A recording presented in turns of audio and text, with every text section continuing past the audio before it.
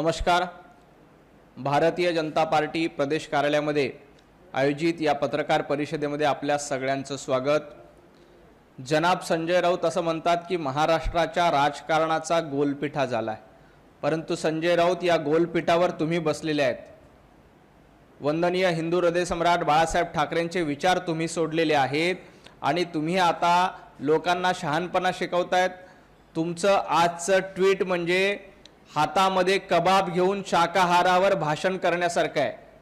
मुळामध्ये ज्यांनी स्वतःच आपले विचार सोडून दिले, ज्यांनी स्वतःच महाराष्ट्रामध्ये पहिल्यांदा धंद्याला सुरुवात केली आहे आणि आपले विचार काँग्रेसला विकून टाकले, अशांनी महाराष्ट्राच्या गोलपिठाच्या गप्पा करू नये।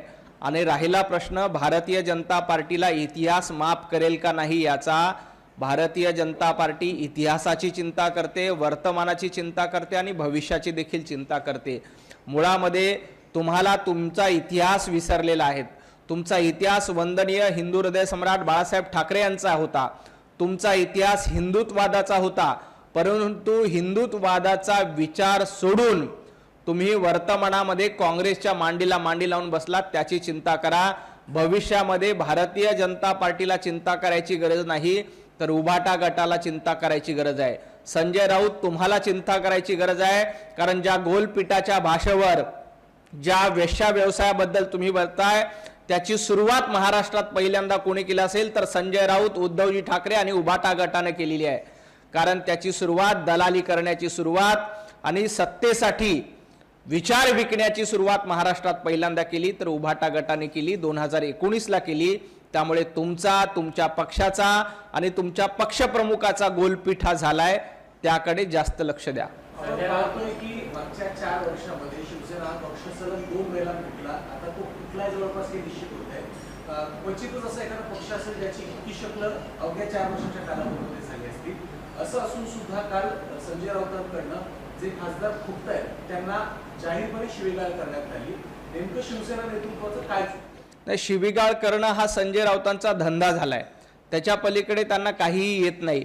मुळामध्ये हा पक्ष का फुटतोय याचा विचार करणार आहेत का? मातोश्रीचे दरवाजे बंद करायचे, सर्वसामान्य नागरिकांना भेटायचं नाही, आमदारांना भेटायचं नाही, खासदारांना भेटायचं नाही आणि मग पक्ष फुटला म्हणून बोंब मारायची। मुळामध्ये तुमची वैचारिक फुटी झालेली आहे। तुम्ही विचाराच्या आधारावर राहिलेले नाहीत। वंदनीय हिंदू हृदय सम्राट बाळासाहेब ठाकरे यांनी विचारांना घेऊन पक्ष स्थापन केला होता, हिंदुत्ववादाला घेऊन पक्ष स्थापन केला होता ना। तुमच्याकडे हिंदुत्व उरलंय। संजय राऊतांच्याच भाषेत सांगायचं झालं तर संजय राऊतांकडे आता गांडूत्व उरलेलं आहे। त्या गांडूत्वाची चिंतन संजय राऊतांना करावं, कारण त्यांना तीच भाषा शोभते। संजय राऊतांना ज्या शब्दात शिवीगाळ करावी लागते तेच गांडूत्व आता संजय राऊतांकडे उरलेलं आहे। संजय राऊत म्हणतात लोकशाहीमध्ये तुम्हाला सत्ता वाटते का, तोडून दाखवा, असं त्यांनी आव्हान केलं। संजय राऊत, तोडफोडीची भाषा तुम्ही करू नका। महाराष्ट्रामध्ये कायदा सुव्यवस्थेचं राज्य आहे। जो कोणी कायदा हातात घेईल त्याला सोडलं जाणार नाही। संजय राऊतांनी कितीही धमक्या दिल्या की तोडा फोडा झोडा, तुम्हाला आठवत असेल 2019 साली जेव्हा एकनाथजी शिंदे यांनी मूळ शिवसेना आपली आहे असं सांगितलं होतं, तेव्हा देखील संजय राऊतांनी हाच दावा केला होता की तोडा झोडा मारपीट करा। अहो, काळं कुत्र देखील फिरकलं नाही संजय राऊत। आज देखील तुम्ही कितीही आव्हान करा, तुमच्या आव्हानावर काळं कुत्र देखील फिरकणार नाही। महाराष्ट्रामध्ये कायद्याचं राज्य आहे। कोणी कायदा हातात घेतला तर त्याला जशास तसं उत्तर दिलं जाईल। त्याला जोडून संजय राऊत असं देखील म्हणतात की बाळासाहेब ठाकरेंनी आदेश दिला होता की जे सोडून गेले, आमदार असेल खासदार असेल, त्याला रस्त्यात तुडवा, याचा उच्चार पुन्हा त्यांनी। बाळासाहेब ठाकरे यांनी हे देखील सांगितलं होतं की माझा पक्ष काँग्रेसच्या दावणीला बांधण्यापेक्षा माझं दुकान बंद करेल। संजय राऊत, वंदनीय हिंदू हृदय सम्राट बाळासाहेब ठाकरेंचे हे विचार तुम्ही आत्मसात करणार आहेत का? बाळासाहेब ठाकरेंचं हिंदुत्व तुम्ही आत्मसात करणार आहेत का? तुम्ही ज्या राहुल गांधींच्या मांडीला लावून बसतायत, ज्या सोनिया गांधींचं लुगडं धुतायत, हे बाळासाहेब ठाकरेंनी आपल्या विचारामध्ये किंवा शिवसेनेमध्ये सांगितलं नव्हतं? किमान त्याचा तरी विचार करा। बाळासाहेब ठाकरेंचे सोयीनुसार विचार घेऊ नका। बाळासाहेबांनी म्हटलं होतं की विचारांशी प्रतारणा करणाऱ्याला झोडा फोडा। मग तोच न्याय द्यायचा असेल तर सगळ्यात जास्त जोडे संजय राऊतांना मारले पाहिजे। सर्वात जास्त जोडे उभाटा गटाला मारले पाहिजे, कारण बाळासाहेबांच्या विचारांशी प्रार्थना करून त्यांनी आपला पक्ष काँग्रेसच्या दावणीला बांधला। जे दुकान बंद करायला पाहिजे होतं ते दुकान विकण्याचं काम कोणी केलं? उभाटा गटाने केलं, काँग्रेस शिवसेनेने केलं। त्यामुळे सगळ्यात जास्त जोडे हे संजय राऊतांना मारले पाहिजे, उभाटा गटाला मारले पाहिजे। बेईमानी करणाऱ्यांना सोडायचं नाही असं उद्धव ठाकरेंनी आदेश दिल्याचं संजय राऊत काय सांगतात? उद्धवजी ठाकरे बेईमानी कोणी केली हे एकदा महाराष्ट्राला सांगा। तुम्ही आपल्या वडिलांच्या विचारांशी बेईमानी केली, संजय राऊतांनी बाळासाहेबांच्या हिंदुत्ववादाशी बेईमानी केली। त्यामुळे खरे बेईमान कोण आहेत हे महाराष्ट्राने ठरवलंय। विधानसभेच्या निवडणुकीला, महापालिकेच्या निवडणुकीला या बेईमानांना घरी बसवण्याचं काम महाराष्ट्राने केलंय। त्यामुळे बेईमान कोण आहेत तर संजय राऊत तुम्ही बेईमान आहात। महाराष्ट्राच्या विचारांशी, हिंदुत्ववादाच्या विचाराशी बेईमानी कोणी केली असेल तर उभाटा गटाने आणि संजय राऊतांनी केली। त्यामुळे या बेईमानांना दुसरं काहीही सुचत नाही। खरी बेईमानी ही उभाटा गटाची आणि संजय राऊतांची आहे।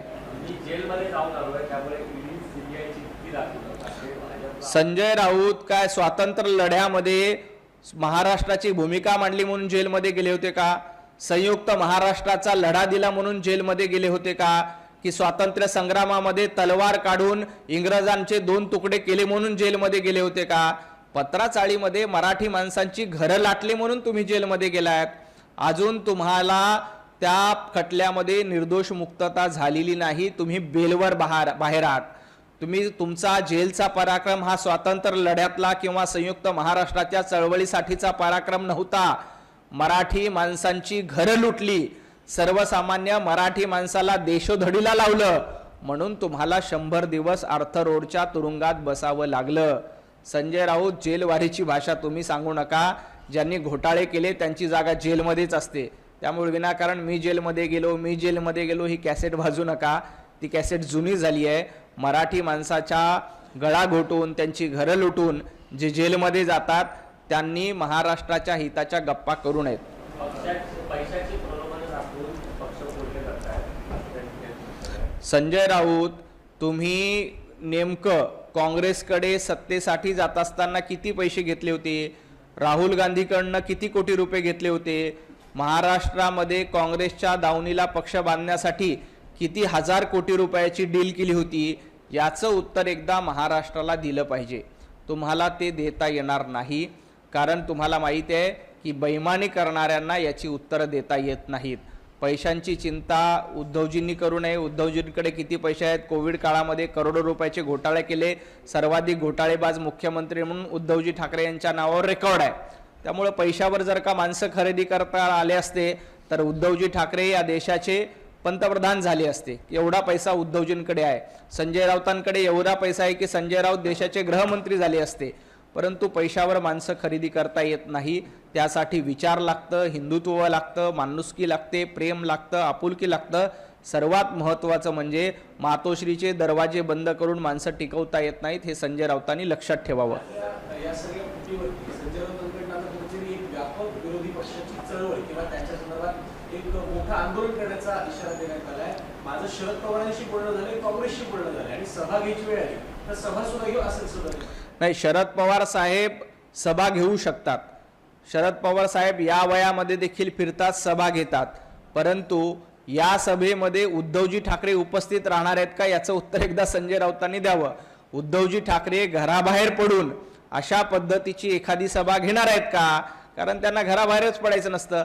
ना आदित्य ठाकरे घराबाहेर पडतात, ना उद्धव ठाकरे घराबाहेर पडतात।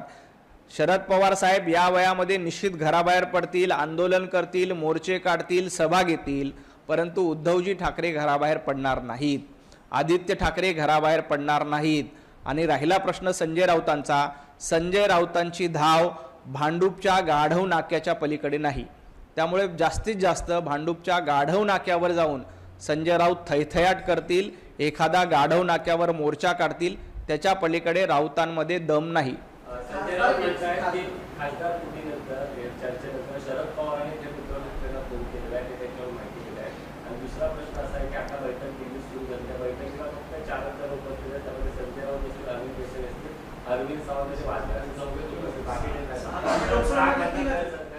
यांचा पक्ष संपलेलं आहे हेच यामधून स्पष्ट होतं. तुम्हाला आता 4 जण कशाला लागतात हे महाराष्ट्राला माहिती आहे. त्यामुळं उभाटा गटाची अवस्था ही या 4 खांद्यावर जाण्याची होणार आहे का हे महाराष्ट्र ठरवेल. 4 खांद्यावर हा पक्ष चालत असेल तर उद्धवजी ठाकरेंनी देखील याचा विचार करावा की संजय राऊतांमुळं आपल्या पक्षावर काय वेळ आली. उद्धवजी ठाकरे यांना, आदित्य ठाकरे यांना माझं आव्हान आहे की वंदनीय हिंदू हृदय सम्राट बाळासाहेब ठाकरे यांचे विचार सोडल्यामुळे तुमच्याकडे फक्त 4च जण शिल्लक राहिलेत. आता हे 4 जण कशाला लागतात याचं विश्लेषण मी करणार नाही, परंतु उद्धवजी ठाकरे यांनी त्याचं विश्लेषण करावं की आपण हिंदुत्ववाद सोडल्यामुळं, बाळासाहेब ठाकरे यांचे विचार सोडल्यामुळं आपल्या पक्षाची ही वाताहत झाली, ही अवस्था झाली.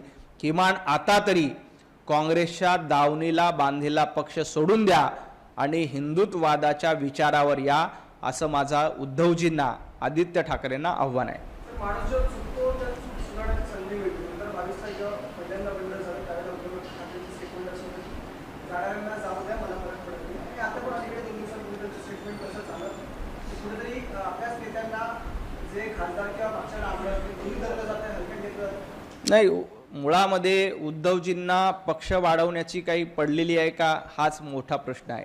कारण ज्या पद्धतीनं संजय राऊत काल अश्लील भाषेमध्ये शिवीगाळ करत होते, नको नको ते शब्द आपल्याच निवडून आलेल्या जे खासदार 6-7 लाख लोकांनी निवडून दिलेले आहेत अशा खासदारांबद्दल तुम्ही काय शब्द वापरतायत. संजय राऊतांना लाज वाटली पाहिजे. किमान उद्धवजींनी त्यांना समज दिली पाहिजे की आपल्याच पक्षाच्या निवडून आलेल्या खासदारांबद्दल तुम्ही असे अपशब्द वापरता, तेव्हा त्यांना लाज वाटली नाही. त्यामुळं संजय राऊतांमुळे या पक्षाचं सगळ्यात मोठं नुकसान झाले. याला जबाबदार कोण आहेत तर फक्त आणि फक्त संजय राऊत आहेत. कारण संजय राऊतांनी उभाटा गटाला संपवायची सुपारी ही काँग्रेसकडनं घेतलेली आहे आणि ही सुपारी रोज वाजवण्याचं काम संजय राऊत करतात. त्याचाच भाग कालचा होता. काल आपल्याच खासदारांना कमरेखालचे शब्द वापरून शिव्या देणं हे त्याच सुपारीचा एक भाग होता की जोपर्यंत उभाटा गट संपत नाही तोपर्यंत उभाटा गटाचं काँग्रेसमध्ये विसर्जन करला जात नाही. आता 4च जण या पक्षामध्ये शिल्लक राहिले. आता या 4 लोकांच्या जीवावर उभाटा गटाला काँग्रेसमध्ये विसर्जित करण्याचा पर्याय एक दिवस संजय राऊत देणार आहेत आणि असा प्रस्ताव उद्धवजी ठाकरेंकडे ठेवणार आहेत की आपल्या पक्षामध्ये आता 4च खासदार उरले. हे 4 खासदार राज्यसभेत काही, लोकसभेमध्ये काही करू शकत नाहीत, संसदेमध्ये काही करू शकत नाही. तर हे 4 खासदार घेऊन बसण्यापेक्षा आपण आपला पक्ष काँग्रेसमध्ये विलीन करून टाकावा असा प्रस्ताव एक दिवस संजय राऊत स्वतः उद्धवजी ठाकरेंपुढे मांडणार आहेत. कारण ही संजय राऊतांनी राहुल गांधींकडनं घेतलेली सुपारी आहे. या सगळ्या घटनाक्रमानंतर अनेक राजकीय चर्चा देखील होत आहेत. एक चर्चा अशी देखील आहे की कुठेतरी शिवसेनेचं ठाकरे गटाचं विलिनीकरण किंवा ठाकरे गट काँग्रेसमध्ये विलीन करण्याच्या संदर्भातली चर्चा सुरू झाली. त्यामुळे सुद्धा खासदारांमध्ये नाराजी होती किंवा अस्वस्थता होती. त्याचा सुद्धा एक परिणाम म्हणून या सगळ्या घटनाक्रमाकडे पाहिजे. नाही, मुळामध्ये खासदार नाराज का होते याचं आपण विश्लेषण केलं का. तुम्ही 2-2, 4-4 महिने मातोश्रीचे दरवाजे उघडत नाहीत, तुम्ही कार्यकर्त्यांना भेट नाहीत, तुम्ही मतदारसंघामध्ये जात नाहीत, तुम्ही कार्यकर्त्यांची विचारपूस करत नाहीत. तुमच्याकडे लोक कसे टिकतील. तुम्ही आपल्या वडिलांचे विचार सोडून दिले, तुम्ही आपला पक्ष पूर्ण काँग्रेसमध्ये विसर्जित करण्याची तयारी केली, मग लोक तुमच्यासोबत का राहतील. आता तर ही सुरुवात आहे. येणाऱ्या काळामध्ये आमदार, नगरसेवक आणि 1-2 आलेला जिल्हा परिषद सदस्य ते देखील यांच्यासोबत राहणार नाही. विधान परिषदेच्या निवडणुकीची आज मतमोजणी होते आहे. कशा प्रकारे विधान परिषदेच्या जागांसाठी आज मतदान आहे. या 17 जागांपैकी 6 ठिकाणी याआधीच बिनविरोध महायुतीचे उमेदवार विजयी झालेले आहेत. उरलेल्या 11 ठिकाणी आज मतदान होत आहे. या 11च्या 11 जागा महायुती म्हणून निवडून येतील. नाशिक असेल, जळगाव असेल, मराठवाड्यातल्या जागा असतील, या सर्व जागांवर भारतीय जनता पार्टी, शिवसेना आणि राष्ट्रवादी या सर्वांचं संख्याबळ सर्वाधिक आहे. उलट विरोधकांची मतं फुटलेले दिसतील. ज्या पद्धतीनं यांनी काँग्रेसनी बेबनाव केला, विजय वडेट्टीवार विरुद्ध प्रतिभाताई धानोरकर असा सामना आपल्याला चंद्रपुरामध्ये बघायला मिळतो. नाना पटोले विरुद्ध हर्षवर्धन सपकाळ असा सामना बघायला मिळतो. त्यामुळं या निवडणुकीमध्ये काँग्रेसची मतं फुटतील, उभाटाची तर फारशी मतं नाही आहेत, राष्ट्रवादी शरद पवार गटाची मतं देखील फुटतील आणि भारतीय जनता पार्टी महायुतीचे 17चे 17 उमेदवार विजयी होतील. एकूणच हा सगळा जो राडा आपल्याला काल होताना पाहायला मिळालेला होता, यात कुठंतरी भाजपचं मौन दिसले आहे. भाजप ऑपरेशन टायगर संदर्भात समर्थन करत आहे की विरोध करत आहे? मुळामध्ये ऑपरेशन टायगरचा आणि भारतीय जनता पार्टीचा काहीही संबंध नाही. भारतीय जनता पार्टी ना कोणाचा पक्ष फुडते ना कोणाचा पक्ष फुडावा म्हणून मदत करते. या प्रकरणाशी भारतीय जनता पार्टीचा ना केंद्रीय नेत्यांचा ना राज्याच्या नेत्यांचा कुणाचाही संबंध नाही. हा अंतर्गत प्रश्न आहे. उभाटा गटाचे खासदार त्यांच्या नेतृत्वाला कंटाळून दुसरीकडे जात असतील तर त्याला भारतीय जनता पार्टी काय करणार आहे? तुम्हाला तुमचे माणसं सांभाळता येत नाहीत, तुम्हाला तुमच्या माणसांना भेटी देता येत नाहीत, तुम्हाला तुमच्या माणसाबद्दल संवाद साधता येत नाहीत, तुम्हीच तुमच्या खासदारांना अश्लील भाषेमध्ये कमरेचे खालचे शब्द वापरून शिवीगाळ करताय. तर हे काय संजय राऊतांना भारतीय जनता पार्टीने सुपारी दिली की तुम्ही तुमच्या खासदारांना शिव्या द्या आणि मग ते खासदार दुसऱ्या पक्षामध्ये जातील? ऑपरेशन टायगरचा भारतीय जनता पार्टीशी काहीही संबंध नाही. आमचं त्या प्रकरणाशी काहीही देणं घेणं नाही. एक गोष्ट नक्की आहे की उद्धवजी ठाकरे, उभाटा गट, संजय राऊत ज्या पद्धतीनं वागतायत त्यामुळं हे सर्व खासदार असतील, आमदार असतील आणि भविष्यात नगरसेवक असतील त्यांना सोडचिठ्ठी देतात, जय महाराष्ट्र करतायत. पुन्हा एकदा हा प्रश्न आहे, ऑपरेशन टायगरचा आणि भाजपचा काहीही संबंध नाही असं तुम्ही म्हणताय? पुन्हा एकदा मी सांगतो, ऑपरेशन टायगर असेल, ऑपरेशन अजून कुठलं असेल, याचा भारतीय जनता पार्टीशी काहीही संबंध नाही. मुळामध्ये उभाटा गटाचे खासदार का फुटतायत, उभाटा गटाचे खासदार का सोडून जात आहेत, याचं आत्मपरीक्षण उद्धवजी ठाकरे आणि संजय राऊतांनी करावं. कारण आपल्या पक्षामधली लोक जर का आपल्याला सांभाळता येणार नसतील तर याचं आत्मपरीक्षण भारतीय जनता पार्टी कशी करेल? याचं आत्मपरीक्षण उद्धवजीने करावे की रोज सकाळी उठून संजय राऊत शिव्या घालतायत, तुमचे लोक कसे सोबत राहतील? त्यामुळे या ऑपरेशनचा आणि भारतीय जनता पार्टीचा दूरान्वयही संबंध नाही. आता हे ऑपरेशन टायगर मुंबई महानगरपालिकेत देखील होणार आहे. तुम्ही काही ठाकरे गटाच्या नगरसेवकांना सुरुवात केली. एक ऑपरेशन सक्सेसफुल झालं की दुसरं ऑपरेशन आपोआपच होतं.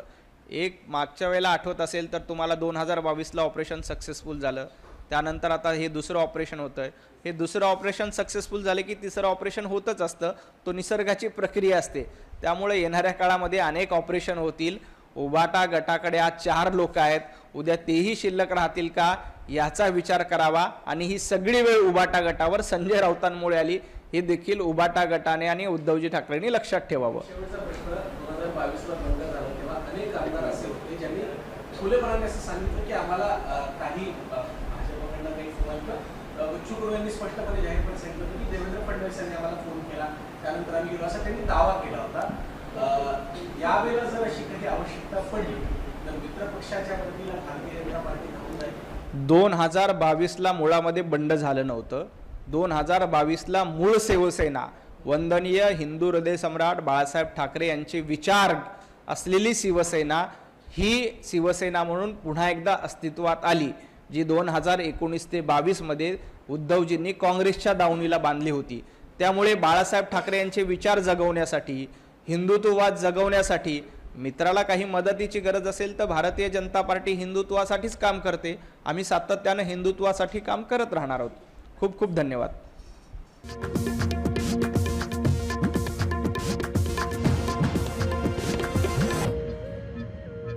त्यांनी एक ट्विट केले. ते म्हणतात की आचार्य दादा धर्माधिकारी यांनी सांगितलं